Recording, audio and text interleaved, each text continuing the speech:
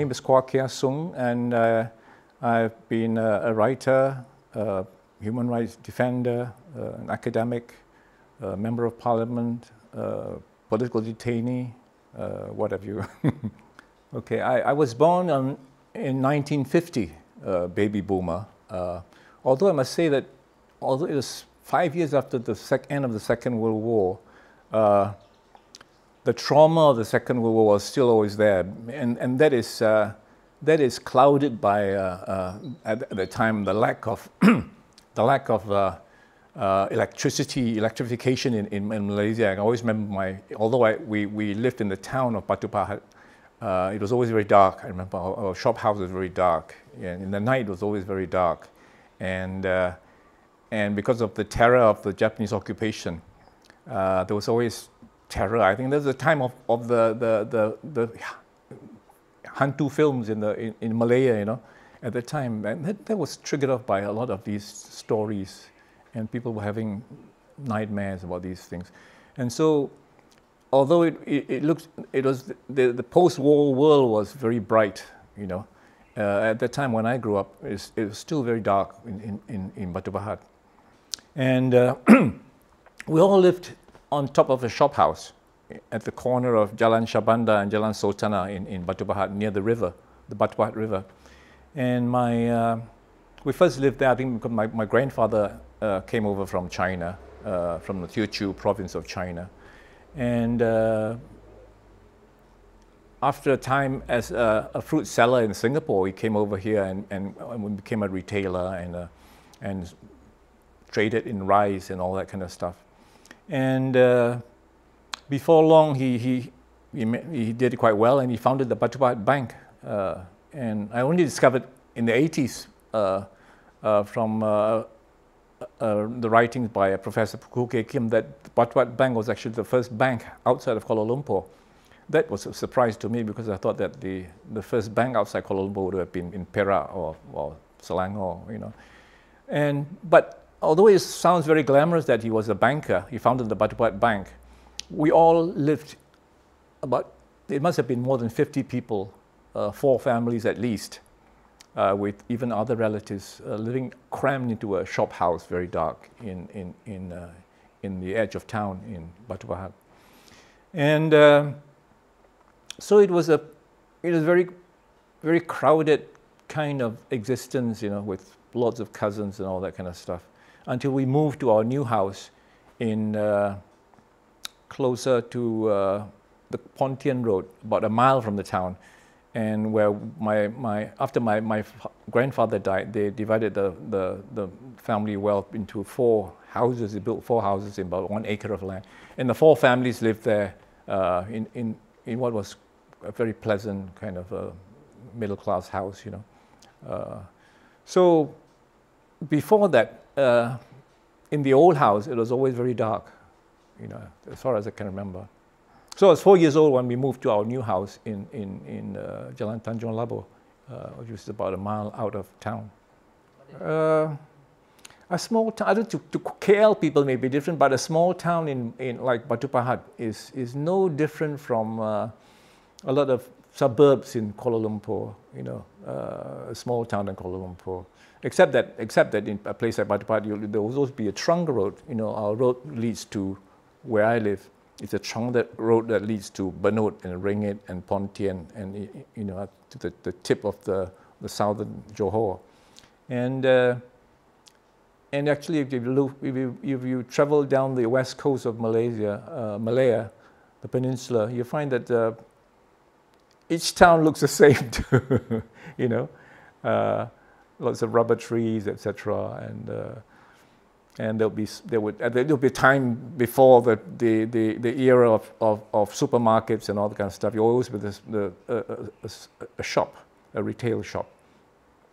I remember that when we first moved there was a retail shop that was called the New Shop, and 20, 30 years later, it was still called the New Shop. You know, so and along the roads there would be there would be the same drab wooden rows of wooden houses, you know, and shops in between, and there would be a bakery, you know, The old days you would have the famous bakeries in the old days would bake those big loaves of bread, white bread that you find in a Hainanese coffee shop in the old days. We seem to see few of these now. And at the same time, there would be fantastic, for example, Batupat used to have this fantastic mama restaurant called Abdul Latif, which had the best murtabak, compared to what we have today. That kind of stuff. The curry seemed to be much. I have kind of memory of that curry that I don't taste or smell anymore today. The old house and the new house, maybe the old house was when I was much younger, before I was 0 to 4 years old. My recollection is deeper after we moved to the new house. And what was there? There would be periodic weddings and Malay weddings and that kind of stuff. And my mother was always my mother was a very cloistered. I don't think she would get lost if she went to town, Batupat town, and but whenever there are any weddings, Malay weddings or Indian weddings around our house, she would be, she would dash out to watch the wedding, etc.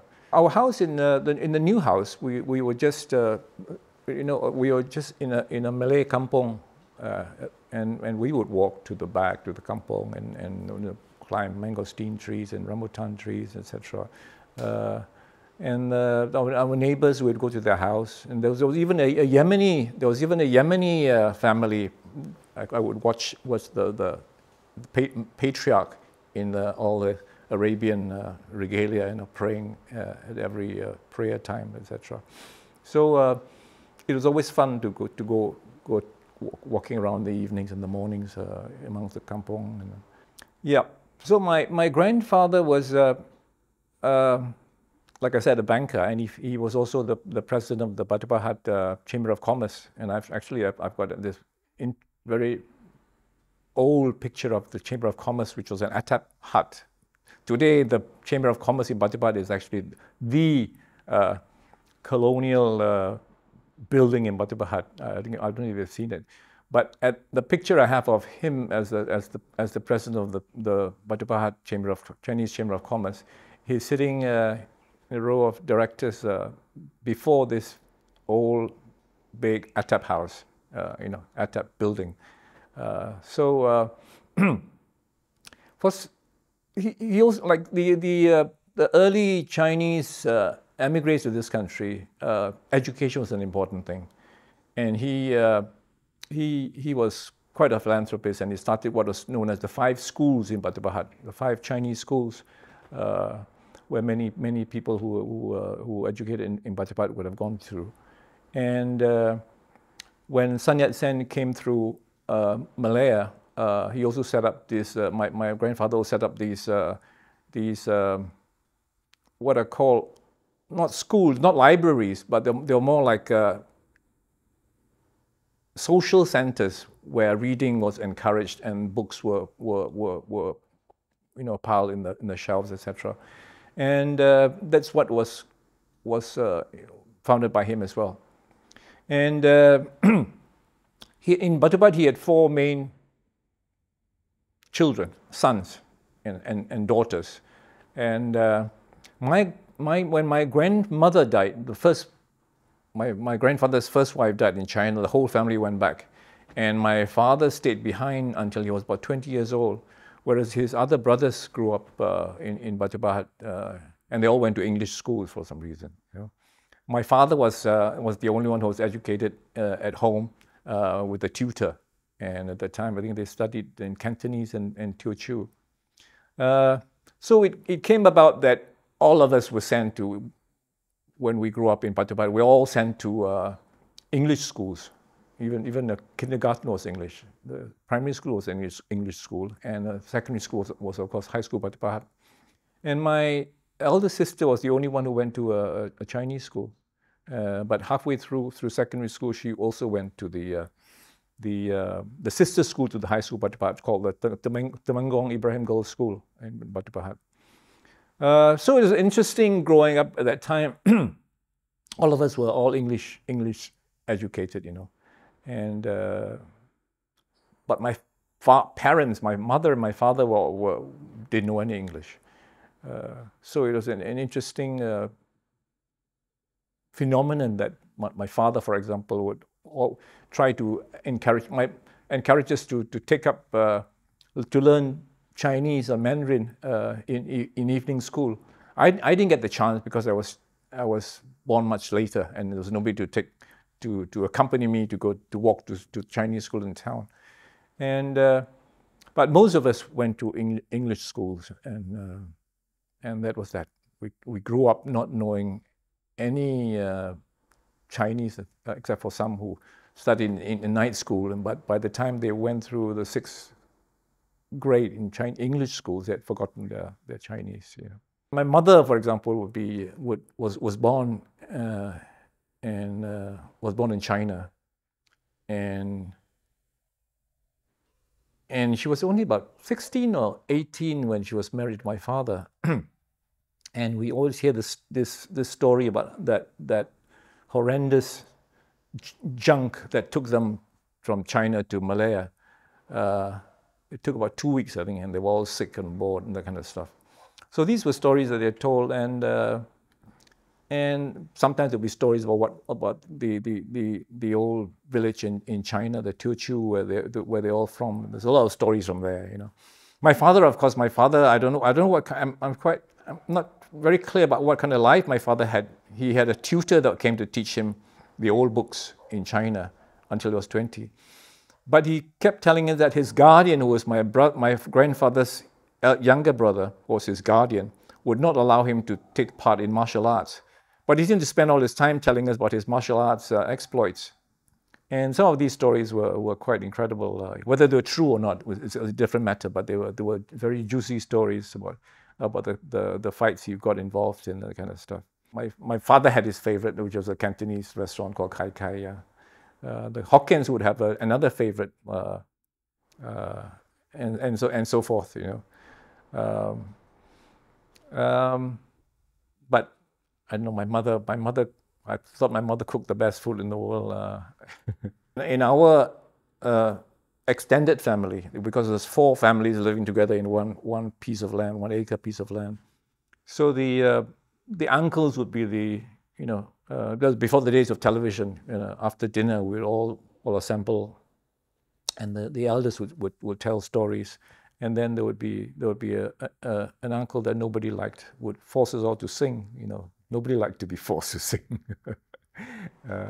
So there was quite a bit of a trauma for the kids. Those who like to sing, of course, it was fun, but for those, many of us didn't like to sing in front of all. It was like the public, really. It was like singing on a stage, and but it was fun, you know. And there would always be, you know, tea and groundnuts and kuaci and that kind of stuff, and sometimes all the cousins will be playing hide and seek in the hall, and there's plenty of spaces to hide in, you know. Malay was quite a natural language that we all studied in school, you know. Right from primary school to secondary school, there was always these English schools were also government schools. They're called government English schools, and they were very multiracial. You know, we grew up with Malay friends and Indian friends and Chinese friends, and once in a while there'll be a Eurasian friend, you know, and we got on very well, and you know, even amongst the uncles and my father, you know, we for example, but we had a Malay club where there would be a band, you know, a big band, bass, fiddle, and piano. My uncle was a very musical minded person, and his band would have Malays and Indians and Chinese, and they would play. The people in the Malay club band would be playing in the Chinese recreation club, you know, and so forth. There's no feeling of any kind of racial animosity at all. and they're friends. They played tennis in the Malay club and also in the Rotary Club, called the Penggaram Club at the time. We had tennis courts in the Malay Club and the Rotary Club, and these people and his friends and all would just rotate among these courts, and became good friends, you know. Because in the old days, Malay neighbors and Malay friends would come to our house with no problem, you know, drink and, you know, eat with us. And then when my grandmother's birthday or somebody got married in the house, there would be a table for our Malay friends, etc. That kind of stuff was very, very normal, you know, without any kind of feeling of polarization at all. I think there are two factors that were most important in shaping race relations in Malaysia, I think. First of all, we've got independence at 1957, and at that time, although there's a lot of mention of Article 153, it wasn't as severe as extreme as we know it today. You know, at the time there wasn't all that the polarization that we know today, or ever since the 80s and 70s. During the 50s and the 60s, the polarization wasn't that extreme, you know, and things came to a head only towards the end of the 60s, you know, just before May 13, and there are various factors. For example, the way in which the post-independence policies had led to the poverty amongst the Malay peasantry in the East Coast and the North, etc., was getting quite serious, and the implementation of the Article 153, you know, but wasn't as bad as it is what we have today, because there would just be preferences. If you look at Article 153, the preferences with relations to licenses and scholarships, etc., was not as extreme as we have today. So it wasn't too bad. The other factors, of course, is Islamic populism that we knew from the 80s onwards, or the late 70s. You know, when we were kids, there was nothing of the sort. You know, there's none of that Islamic populism wasn't that extreme. You would just see Makcik going around with a scarf loosely around her hair, and that would be all, you know, and it'd be part of we took it as all part of the scenery, you know. There was nothing. Religion wasn't such a big thing, you know. Primary school was I don't know. We had double. That was at the time when they had double promotion, you know. So I missed out on standard 3 from double promotion from 2 to 4, and I know I found primary school very quite boring and repetitive. And but what was interesting was we had something called nature study, where the teacher would take us on walks through the countryside behind our school in the forest. And there was a hill behind our school as well, where we would walk to the top of the hill, and we could look towards Batu town, and even Minyak Beku, which is the Batu beach, you know, where Batu is famous for. And that was called nature study, a subject that you don't see in today's curriculum. We also had music, and I pointed out in my book that during that time, the teachers that were trained at Kirby and Brinsford Lodge, that was just post-independence. Some of the teachers that taught us, who had been trained in Kirby and Brinsford Lodge, were so motivated, and they seemed to have come back with some skills, teaching skills that were very, very different from the other teachers from the local trains, colleges, etc. And we even had a subject called music. And there was a teacher that they used to live opposite our house who played the violin. I would always hear him playing the violin and composing ditties for the school. And they're very very simple songs, you know, but they were original, composed by him. And so this was another subject that you don't see nowadays, music, you know, music and nature study. These were, and something called civics. Civics was more basic, something maybe like what we have in moral education today. But what was interesting in the primary school was some of the textbooks that we had in geography or history still stick in my mind. You know, we had geography. We had a geography book, which is, first of all, the textbooks themselves were so well produced. The illustrations, the page quality, even the smell there was a smell about them that was quite very pleasant. The first geography book was in Standard 4, and I still remember the first page was about the Maasai of Africa, you know, and it sticks in my mind. The Maasai of Africa, you know, and recently I just had a friend who was a Maasai, so I was telling her that, and even with history. In history, we study all the religions. You know, I remember the picture of Guru Nanak, who was the founder of the Sikh religion, and not a religion was missed out among the main religions. Of course, we didn't have the more, you know, the Zoroastrianism or that kind of stuff, but Buddhism, Christianity, Hinduism, Sikhism, those all there in our history book, Standard 4. In sport was an important thing in our curriculum. We would go to school for sport from about 5 o'clock in the evening, and apart from PE as part of the curriculum, and you took part in whatever sport that, you know, that took your fancy. You know, rugby, football, basketball, tennis, badminton, ping pong, whatever it was. And when it came to athletics, you know, when sports season comes, then there'll be sports. And cross country, I used to love cross country. We were running close to the forest, and that was fun. But if you don't like sport, then I'm afraid a big chunk of that school life is taken out of you. Sometimes still wake up in the night and say, why did I do that? I was a bit rude to that teacher. Not rude, but I was a bit too insensitive to a teacher, you know, and said something or did something that wasn't very nice. And I still wake up in the middle of the night sometimes, and you're thinking of this, you still do that.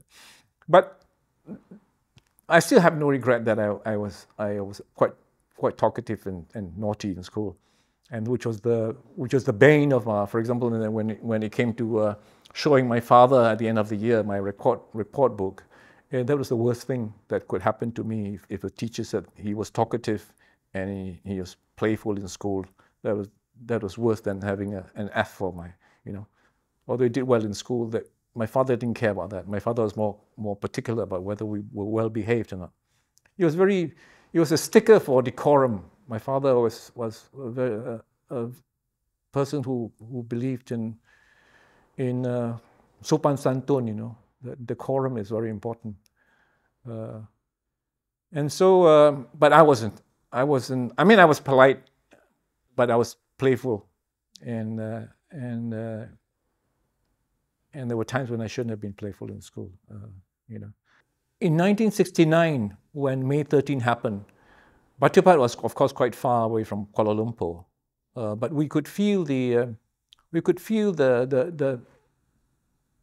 the stories had been going on all along the peninsula, you know, what was happening in Kuala Lumpur with the riots.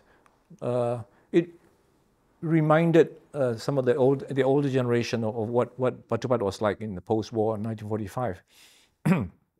But I remember distinctly, I just finished my HSC, my A levels, and I had I was teaching in my old high school. Secondary school, but I remember the tense situation at the time, even in Batu Pahat, you know, and we were just stories being relayed back to Batu Pahat. And so May 13 happened in Kuala Lumpur, and at that time I didn't know that I was destined to later on to research about May 13, which I did in 2007. And so it didn't leave me with a very good taste in my mouth. And that is when May 13 happened in, of course, in 69. But at the end of 69, I decided to go to London to seek my fortune, I said. It was to further my studies. And that is what I did.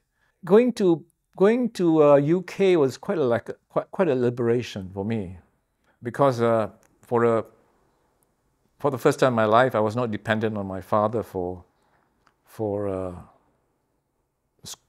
scholarship anymore. You know, no school fees. Because by the time we were in secondary school, the family fortunes had already gone down so bad that trying to get my school fees was quite a like picking blood out of a stone. You know. So I was very happy to be independent, and being independent, and when I became when I became a worker in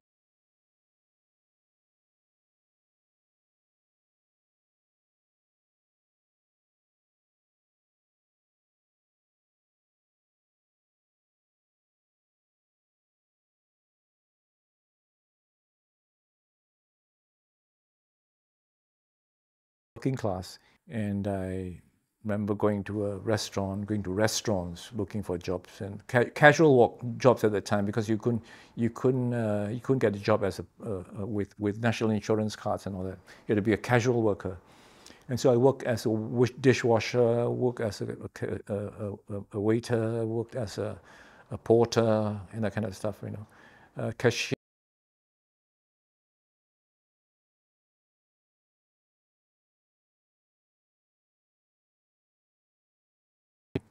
And then seeing how your working mates were so well informed about the world, you know. I remember going on anti-Vietnam War demonstrations with them, you know, and they were so concerned. When I first went to London, I was amazed that there was so many people, millions of people on the anti-Vietnam War campaign, you know. So, which was very different from when we were in Malaya. In Malaya, nobody was interested in it was only the Labour Party and some of the Chinese educated people who were interested in the Vietnam War. The rest of the country, the English educated and the ruling party, etc., they were all pro U.S. Invasion of Vietnam. You know, so that was quite an eye opener for me, and the fact that the British workers and all that were so well informed, you know. When I discovered that having lived in London for 3 years, it qualified me to a Inner London Education Authority grant, which means that anybody who has lived in London for 3 years and has got a place in the university is entitled to a grant. Doesn't matter who you are, British. I was not British, but I had by the time I was working in the factory or Selfridges, I got national insurance cards, and I didn't realize how precious that national insurance cards was, you know, until I got them. And so I got a grant and went to Manchester University.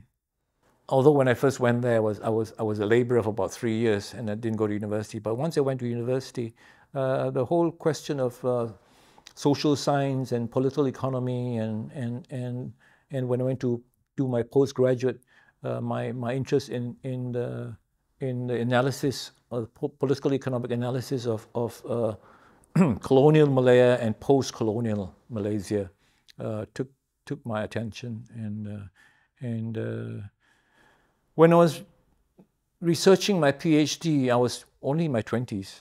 I had already formulated my hypothesis about my thesis, and so my May 13 thesis was actually formulated during that time, in the early 70s. But only went to do my further research at the Kew Gardens, the public records office in London at Kew Gardens.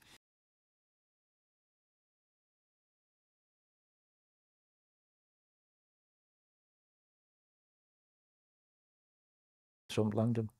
I think while I was while I was in Manchester, being in the university and being part of the Students' Union, and watching the way the Students' Union worked, and that's why I feel so strongly about how students in Malaysia should really be entitled to the same independence and autonomy as we did when we had in Manchester. And that is why when I was the principal of New Era College in Kajang, I made it a point that our college enjoyed the same autonomy for the students, academic freedom, and so forth. And that was what struck me. For example, our Students' Union, the office bearers had a time, a year out.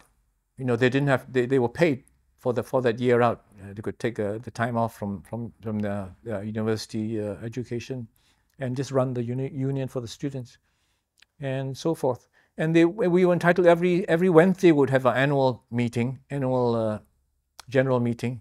Everybody has a voice in the meeting, and we had a say in the affairs of the country and of the world. Whether it was the anti-apartheid movement in South Africa, whether it was the Angolan War, or whether it was about the democratic movement in Chile, the union, the Students' Union was a part and parcel of that life. So it was very important in shaping my political, and also very, very, it was a very good education, because I was in social science. Every time something happened in the world, we in the Students' Union would read up so much, not only in the news, but also from information from the rest of the world about what was going on, and that was a very enlightening process for us. I met Anne in London, my second year in London. We shared a house. We shared a house together, and then and there we met and fell in love, and we lived quite independent lives for about 10 years before we got married. We went to Manchester together, but then she was a teacher when I first met her.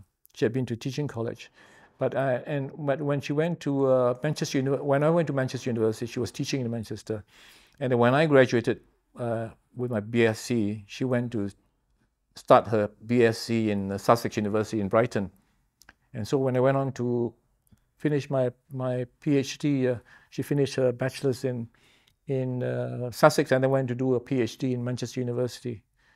Yeah, like I said, she was a teacher, and I was still a labourer in London. So it's quite amazing that she could fall for a labourer in London. So it was quite a life we had. We loved traveling, and so we would travel all over the place, to Ireland, to Cornwall and Devon, and in the summer we would go to the continent, go to Italy, and we just enjoyed traveling, meeting people, and we had similar tastes of music, etc. And we came over in 1973 when I got my grant and I was safely entrenched in a university. We came over here, and it was probably the happiest part of my life when I surprised my parents, who didn't know that I was coming home after 4 years, And I brought Anne with me as well, and so she had a chance to meet my mother and my father. Anne has got a very good knack for getting on with people, whether you're Chinese or Malay or Indian, and even in where we live in our taman, And so she got on very well with my mother as well, who could only speak Teochew, a smattering of Mandarin maybe. And my father probably understands more English than he claims, because he was too much of a perfectionist, too much dignity to want to speak English badly, so he never spoke English. So Anne managed to get on very well with my parents, and I'm glad that at least my mother had a chance to meet her. Unfortunately, my mother passed away quite early while I was doing my master's in 1976. But we came over in 1973, and well, Kuala Lumpur was always quite distant for us, because at the time, without the highway, it was a very long, arduous journey through Negeri Sembilan and all that before we reached Kuala Lumpur. Singapore was always the city for us. It was only 1.5 hours, 2 hours to go to the city, and our relatives were in Singapore. And except when our brothers and cousins went to University of Malaya, that's when we would occasionally come to Kuala Lumpur. So when May 13 happened in Kuala Lumpur, in Bajapad, we only heard through the grapevine, through the telephone, etc., what was happening. But I remember distinctly, I was in school. I was a teacher in my old school, and of course everybody was talking about it, hoping for the best and fearing for the worst, of what was going on. And in my book, you can see that there was a few incidents in Malacca and other places. Yeah. So when the riots happened in 1945,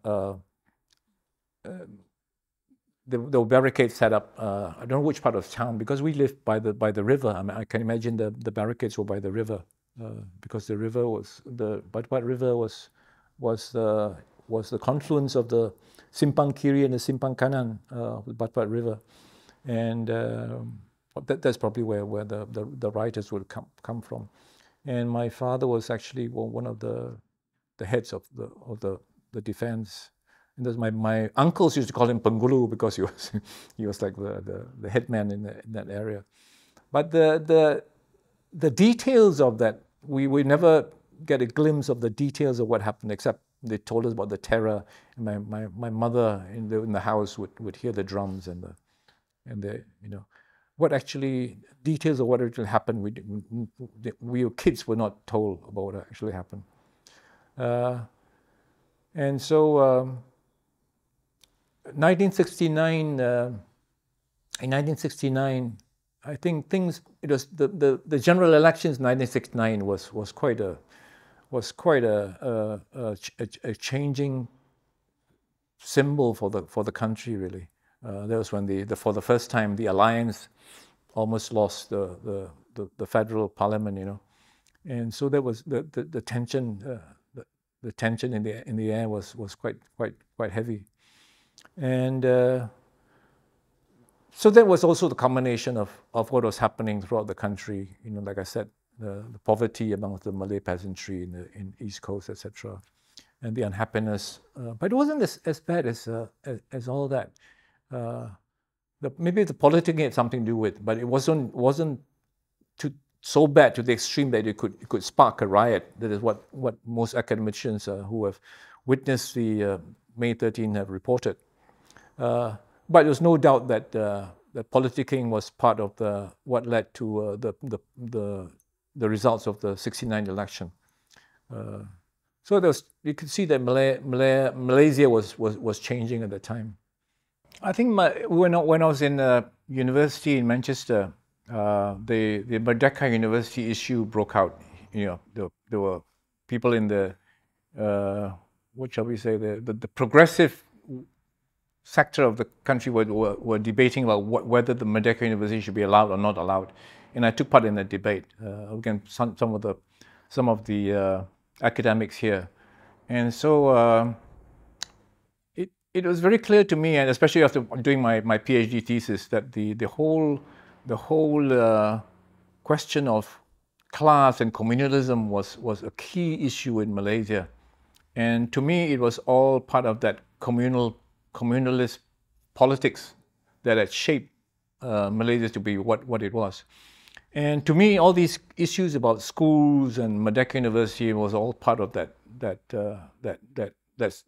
stream, And so when I came back, I was quite impressed by the way in which the Chinese schools in this country had developed.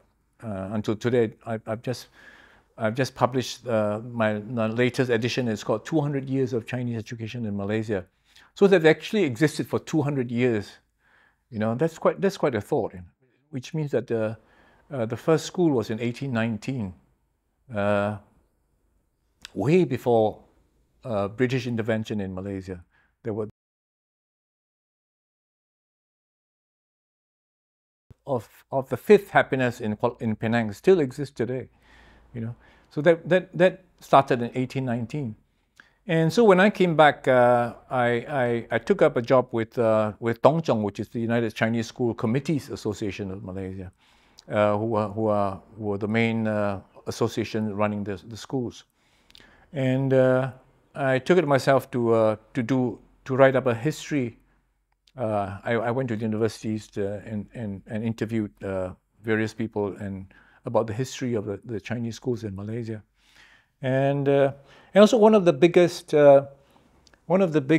drawback in the Chinese schools in this country was the fact that their school leaving certificate, called the Unified Examination Certificate, was not recognized by the Malaysian government, and they employed me to basically do a diplomatic work of getting the certificate recognized by universities outside Malaysia, because Malaysian government would not recognize it. And which I did, which I took up the job in 1983. And by 1985, I had succeeded in getting the main universities in the rest of the world recognized. And after that, I was offered, there was a big controversy about the National Cultural Policy in 1985. And the Chinese Chinese Assembly Halls Federation started this Malaysian Chinese Research Center, and employed me as the director. And that was the time when there was a lot of controversy over the cultural policy. You know, Bukit Chino in Malacca was going to be flattened, and the lion dance was going to be banned, and so forth. And so it was quite a big time in Malaysia when Anwar Ibrahim was the Minister of Culture. I remember going to present him with our memorandum, you know. And then after that, in 1985, that took me to 1990. And during that time, in between, in 1987, Operation Lalang happened, and I was a political detainee, you know, for I don't know for what, for writing in the newspapers for most of those years, for writing, for example, there was a book called The Root Causes of Racial Polarization in Malaysia. That was in my allegations of fact of my detention, you know, and so forth. By the time I had gone through university, of course, the question of some of your mother tongue, my mother tongue, well, it became quite an issue, and I began to wonder about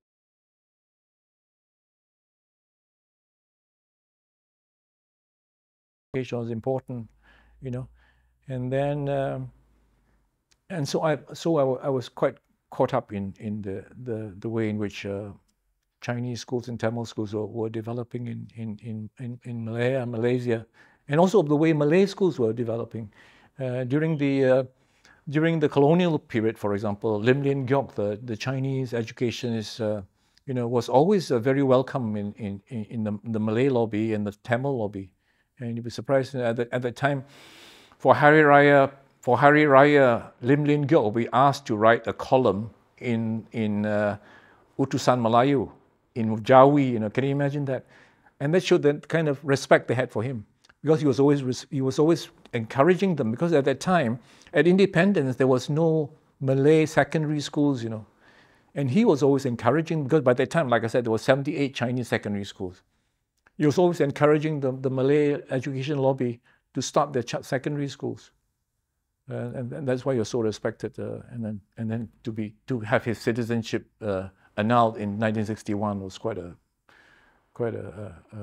offense to the you know, sensibilities of Malaysians. And so by that time I was quite supportive of mother tongue education. And also by that time I also finished publishing my first book on the Chinese schools in Malaysia, called A Protean Saga. It coincided with the Proton Saga coming out of the assembly line. Because to me, it was quite a Protean saga, what they've gone through. So the book is not just a book about the school, but a book about the historical struggles that they went through. And it's quite interesting for the English educated to know how the schools developed. This question about multi-stream education versus single stream as a way of integrating our Malaysian students. This question has been overtaken by events, really, because what we find today is a phenomenon of Malays and Indians going to join the Chinese schools, to the extent that there is over 100,000 non-Chinese, which is a sizable number, in these schools, in Chinese schools. And so even in our local Chinese school in Suntex, there's so many Malays and Indians there. So this question of integration, it becomes academic when that happens. But I personally feel that there is first of all, the importance of mother tongue education is primary. But we have to take into account this question of integration. So, to me, a very good way of integrating students is to set up education precincts. For example, in this area, we have Chinese schools, we have Tamil schools, we have Islamic schools, we have Malay schools, national schools.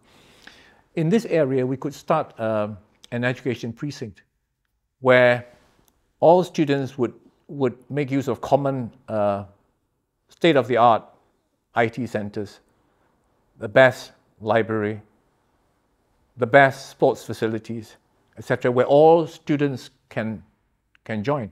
And now we're seeing the phenomenon in shopping malls where the food courts are open to everybody, So I don't see why we can't have the similar kind of situation in these education precincts where the Malay, Chinese, and Indian students can all go together. And it's very different from the concept of vision schools that Mahathir had in mind. Because in vision schools, the Chinese schools and the Tamil schools lose their autonomy. But what I'm saying is that the schools carry on as they have always been, except that for new schools are built in education precincts. Old schools are given shared facilities like IT facilities, sports facilities, library facilities, so that students from all the different ethnic communities can integrate.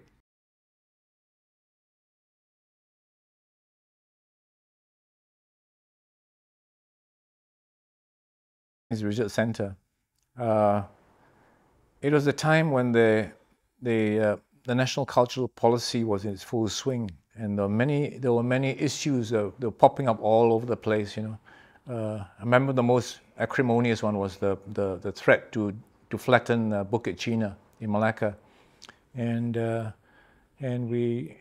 for a start, the cultural policy was opposed by most people, and so there was a big memorandum, there's a big assembly, and so I used to write a lot in the papers as well from the moment I came back to this country in 1988, end of '82, and so and I remember writing many issues regarding whatever popped up, with the cultural policy especially, and so that must have caught the eye of the authorities.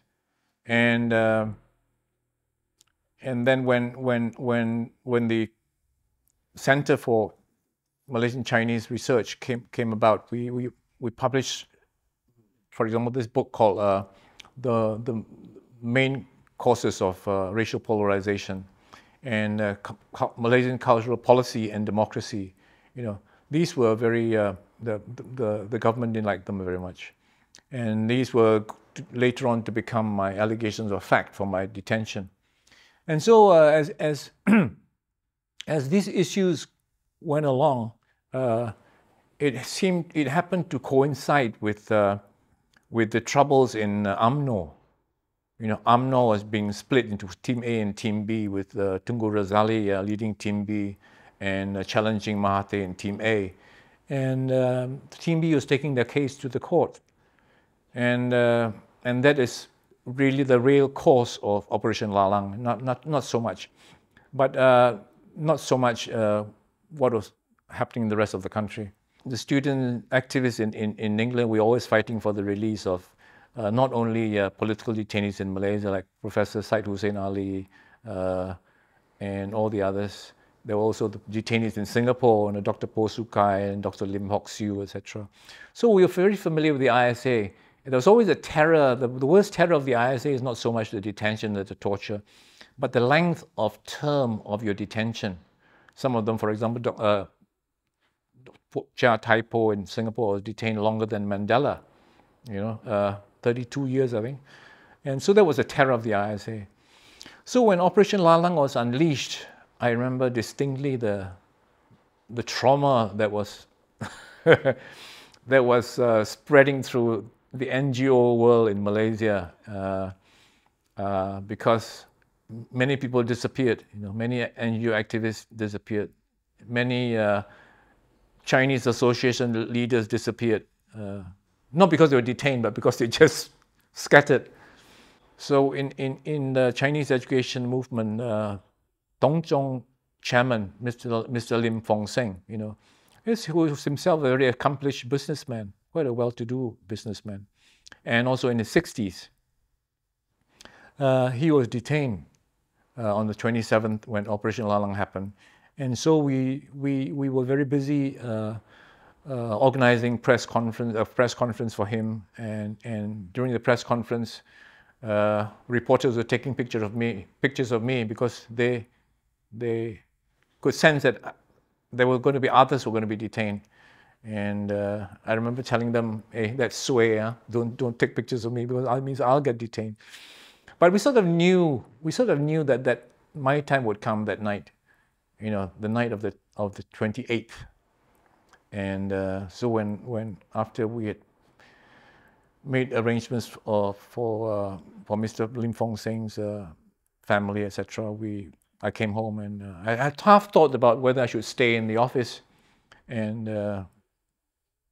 be detained from there rather than coming home. But then we decided that I would come home, and so we sort of knew that night that I was going to be detained. Mentally, we prepared for it, and when it really came, it was very difficult to say a goodbye, a good night to a normal good night to my kids when they went to bed that night. And then they came at about 2 or 3 o'clock in the morning, Well, we heard the banging of doors, about 2 cars, about 8 special branch people in plain clothes, They must have been watching American films. They were dressed like, with pilot leather jackets, that kind of stuff. But Anne sort of put on the wolf clothing on when they came, and put on a show of defiance. They weren't just allowing the 2 inspectors to come in and wouldn't allow the others to come in. And then when the 2 police inspectors gave me a form to fill, to say that I am, I will be a threat to national security, and they hadn't bothered to strike out whichever applied, So after going around the house to check on things, I was taken away with them in the dead of night. We wouldn't allow them to go to our kids' room because we didn't want them to be witness to that horrible night, and And so before they went through my books, my stuff, some tapes I had, videotapes I had under my bed, they took them all away. And so I went with them in the dead of night. By that time must have been about 3 o'clock when we headed off towards the night. Oh, I think there was no time really for anything. That chapter in my book is called "No Time for Love." It's from an old Irish Republican song. No time for love if they come in the morning. No time to show fear or for tears in the morning. No time to ask why. No time for goodbyes. And the wail of the children is the cry of the morning. This was the song of the Irish Republicans when they of the 70s of Bloody Sunday, And so it really was like that on the night of Operation Lalang. There was no time for anything except to say, do this, do that, be strong, this kind of stuff, and make preparation for this and that. And there was really no time for anything else. My wife, I think, had never felt so bereft in her life, having her husband taken away. Usually it's always naughty people, the baddies that take your loved ones away, but this is the police taking your loved ones away. So she felt really, you feel a kind of emptiness that in the middle of the night, I think she said she was standing in the middle of the road. And you just wonder how the world could be turning around when your husband had just been taken away. And I felt the same when I was sitting in the back of the car with two special branch operatives on both sides of me, going down Kajang Road and watching hawkers packing up the stalls for the night, and just wondering, does the world know that I'm being detained? Taken away to God knows where, And and she had the same feeling that the whole world doesn't know what's happening, As the feeling of loneliness and feeling bereft, I think, is the feeling that you get when that happens. That's the most difficult thing with our kids, because my son was only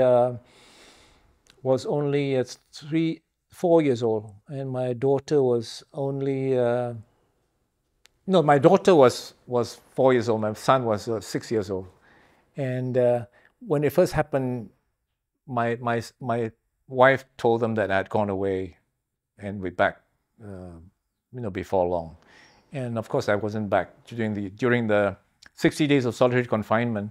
I only got my first family visit after about 2 weeks, and that was the first time I saw my children at the police station in Kuala Lumpur. And my children came, but my son had sensed that when my son came to the police station, she sensed that the police had got me, and that's what she asked my wife, So all that time, my wife had been telling them that I was away, outstation somewhere, but it was only the first family visit that they had an idea that I had been detained.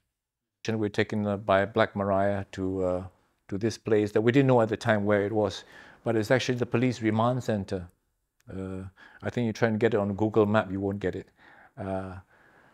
But I figured out where it must have been near from the Black Maria, from the sound of the toll plaza going out, and how the length of time it took for the Black Maria to go into this police remand center. And the moment you're taken out of the police remand center, you're given these shades to put on.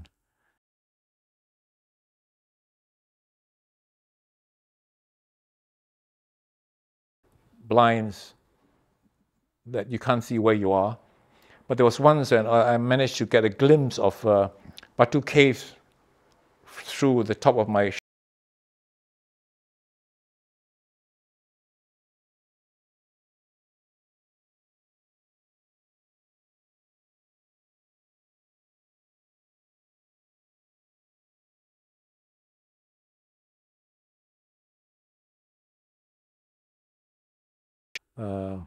where we underwent solitary confinement for 60 days. We were put in a cell without any windows, and the only outlet was a space that was big enough for a fist to bring in a mug of water and nasi bungkus. That was all the outlet that was slammed shut. It can never be opened. Every day you were, something is called sensory deprivation, deprive you of knowing the time of day. Of course, I knew I could hear the azan in the morning at 6 o'clock. And I jotted down the number of days through marking with the toothpaste tube on the wall, 1 day, 2 days, etc. And you had to find a regime. The naked bulb was on all the time, so you don't know that. You sort of know what time of the day, because the one side of the wall had these breeze blocks, which had an opening that faced downwards. You can't see out, but you can see down. And so there's a bit of daylight that comes out of it, so you can see it. And you just had to find a regime. I found a regime of my own about what to do. The most important thing is not to try to sleep too much. If you sleep too much in the day, the most natural thing to do when you're undergoing solitary confinement is to try and sleep. But if you sleep too much in the middle of the night, you won't be able to sleep. And the worst thing is to not be able to sleep at night and have insomnia, and you would think of all kinds of things. That's what they want you to do, to think of all kinds of things. Think of like you're asking me to do, think of what it was like when I was a kid. And also like when you were in primary school, etc.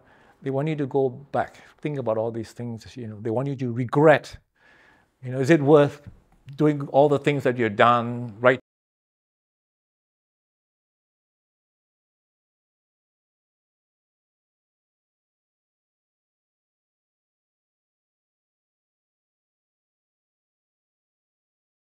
Interrogate you.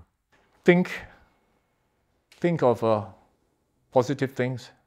Try and compose poetry. Think about what you want to write about. So I was, from the beginning, I knew I was going to write a book about my detention. So I sort of thought about that, and to think about writing a novel or a story or something like that. Mind's got to keep moving. But the worst thing is not to surrender to falling asleep in the daytime. In the nighttime, of course, you want to go to sleep. But importantly is not to try to sleep. And to try and exercise. I try to exercise in the morning and the evening. Sometimes you pretend that you are strolling by the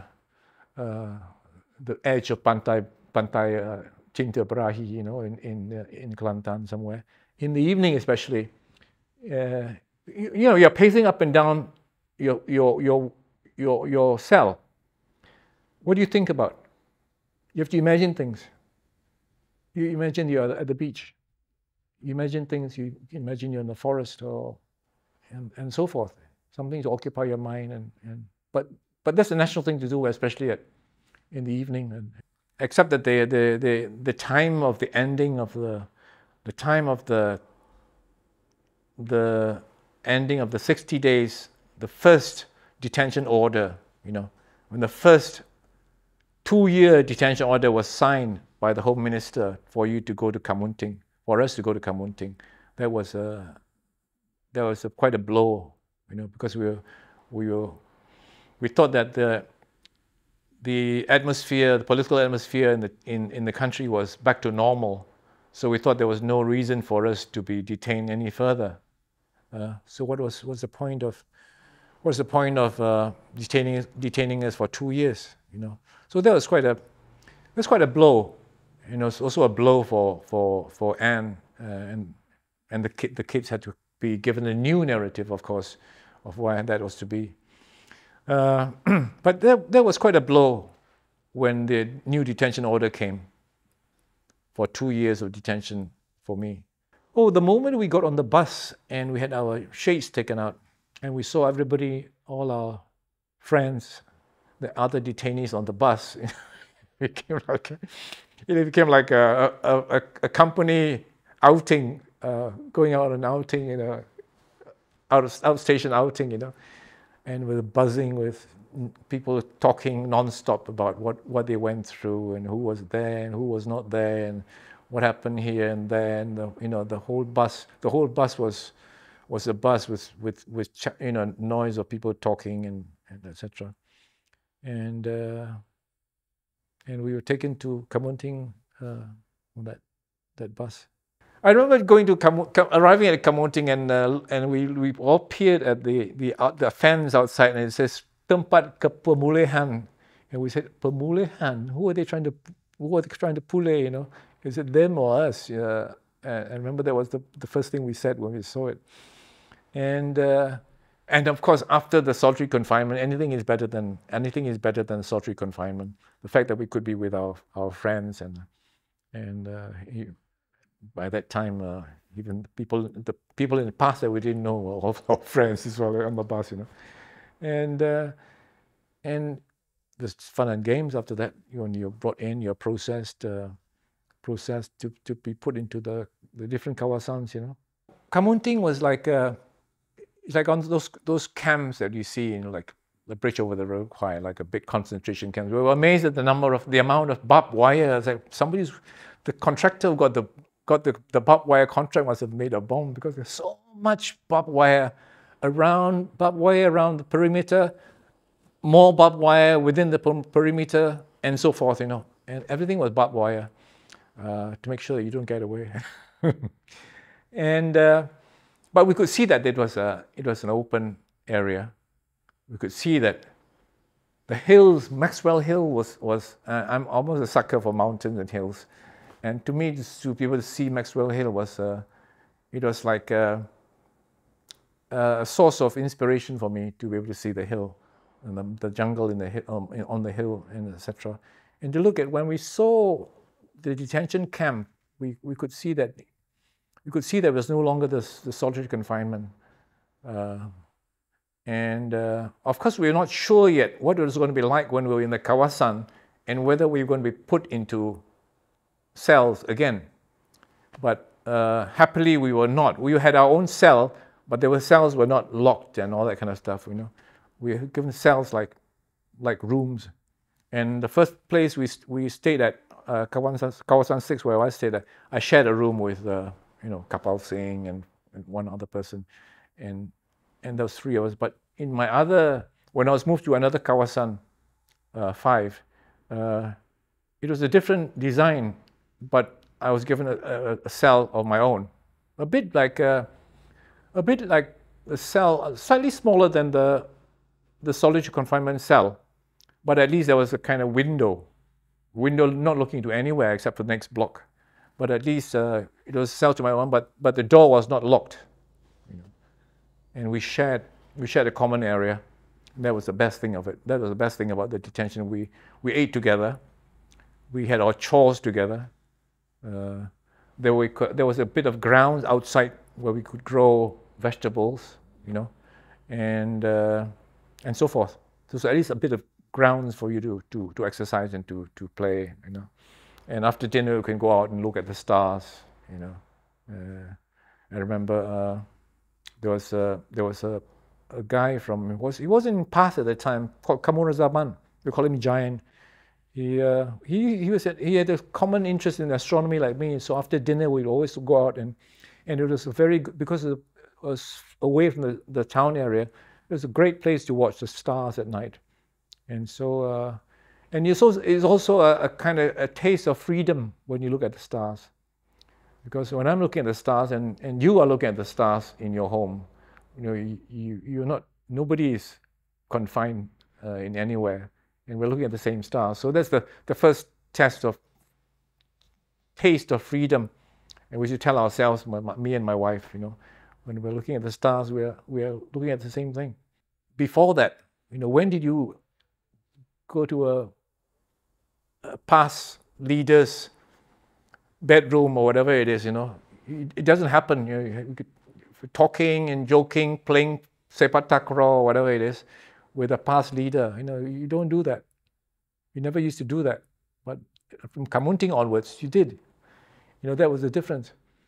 And to these past fellas, having people like Lim Fong Seng of Dongzong and Simui of Jiaozhong in the same kawasan, sharing the same space with them. When we exercise, we all exercise together outside.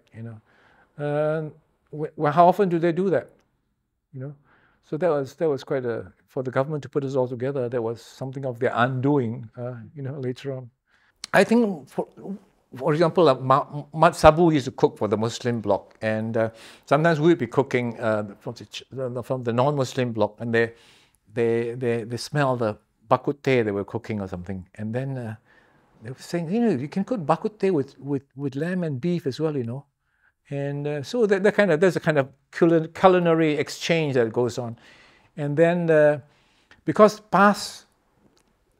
the Chinese newspapers used to publish more information about the past National Assembly than either the English press or the Malay press. Every time they'll come, hey, what's in the Chinese press about the past assembly and so forth, and news items as well. So almost every morning they'll be coming to ask about what's in the Chinese press and so forth, and things like that. Yeah, and then past leaders sometimes will come and talk to me about Islam, etc. Remember there was this young past leader, one of the youngest actually, but sadly he's died. He was the youngest. He was the youngest past leader, and he became a councillor in the past state government in Kelantan. But it's called Zainuddin. He used to come to my room when he was a young fellow, and he's saying, "Oh, Kwa, I really like you. I said, why don't you become a Muslim?" We laugh about it. We take it in a great spirit, that kind of stuff. The release is out of this world, because the moment you are put in detention, Kamunting detention camp, you dream about your release without daring to dream about your release, because you're always being teased by detainees. You're always being given false stories by the special branch about the possibilities of release, because the special branch is always feeding you stories about how you must behave to get family visits, how you must behave to be released, etc. And these things never seem to come about. So you never believe that you're going to be released. And so when it really happened to me on my 44th and 45th day, it was you're holding your breath, and your cellmates are teasing you about, oh, this is your release now, and you dare not pretend to be happy. The reception committee was there at the Chinese Assembly Hall, and my wife and friends all were there, and there was another reception committee at our house. Anne's parents had organized a reception committee there as well, with neighbors and family, friends, and so it was amazing.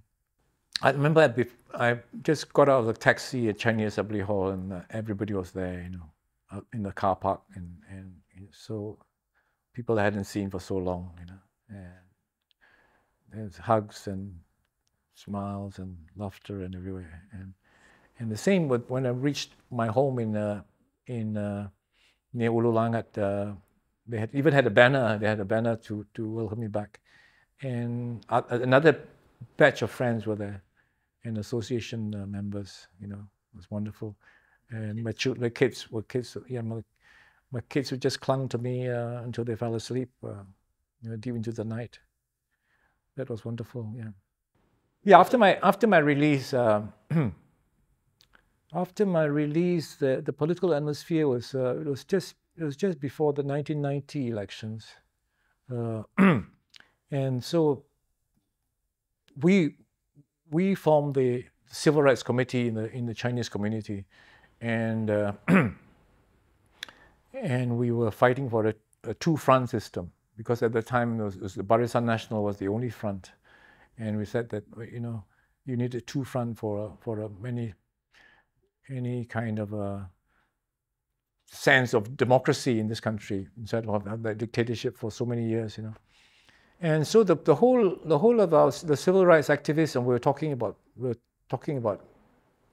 plumbing for the opposition, because the opposition was quite weak at the time, and we thought we would strengthen the opposition by joining it. And our first choice was actually PRM, because most of the people in the left in the Chinese community were more sympathetic to PRM, PSRM at the time, with Syed Hussein Ali, than with the DAP. You know, the DAP was always seen as the more opportunistic party, and so and in the end, because PSRM was thought that if we went in, we would change the whole color of the party, and they didn't think it was a good idea if we went into PSRM. And we met with Syed Hussein Ali in Tan Kai Hee's house, you know, who was the former Labour Party chairman. And then, so the rest is history. That we went into the DAP, and at first, because I had made friends with Lim Kit Siang and Kapal Singh and everybody, and so they wanted me to be in. Actually, they didn't really want the Chinese educationists in there because of what they went through in 1982 with some of the educationists going to Digarakan. And so they were trying to seduce me into the DAP for quite a while, but I said there's no point in me going in. They won't make any dent in the opposition. I said I'll try and bring in the whole Chinese education movement into the civil rights activists, and which we did. You know, with Lim Fong Seng, who was the most important person in the Chinese education movement, into the DAP. That was quite an achievement. And with about, you know, a whole host of Chinese educationists. We took part in the 1990 election. That was quite eventful because I stood against So Chi Wen, who was quite a big MCA leader at the time. He stood in Petaling Jaya, and it was quite an easy campaign because a lot of MCA people didn't like him either, and they fed me with lots of juicy scandals about him. So our campaign office was always churning out these leaflets every day, and he couldn't take any more of it, and he challenged me to a debate in the SS2 park, which I did. You know, he thought I wouldn't turn up, but I did. And unfortunately for him, on that particular day, he was declared a bankrupt through a legal loophole, and so I won the debate quite easily, and the following election, and of course I played a role for SWARAM. SWARAM was already formed, and bringing out parliamentary answers to many of the questions about human rights that we wanted to know. You know, the numbers of political detainees, the numbers of people who are on death row, that kind of stuff. You know. Yes, after we were released in 1989, the family support group who had supported us throughout the campaign, our detention, decided that we needed a human rights organization to fight for the repeal of the ISA. You know, this detention without trial was seen by all to be such an anathema to the civil rights situation in Malaysia. You know, you couldn't have such a law, and so SWARAM was formed primarily to fight for human rights. First, to repeal the ISA, but also for the whole array of human rights in Malaysia. And of course, the family support group provided the core of that first SWARAM membership. First of all, my experience through my life in Malaysia and abroad, and my detention and being an MP, I'm still very much a part of the human rights organization in this country, and I feel that we still have a long way to go in Malaysia to make our institutions more democratic, you know, more just, and with human rights entrenched, which we still don't have. And although we have seen the repeal of the ISA, there are still many laws that allow detention without trial.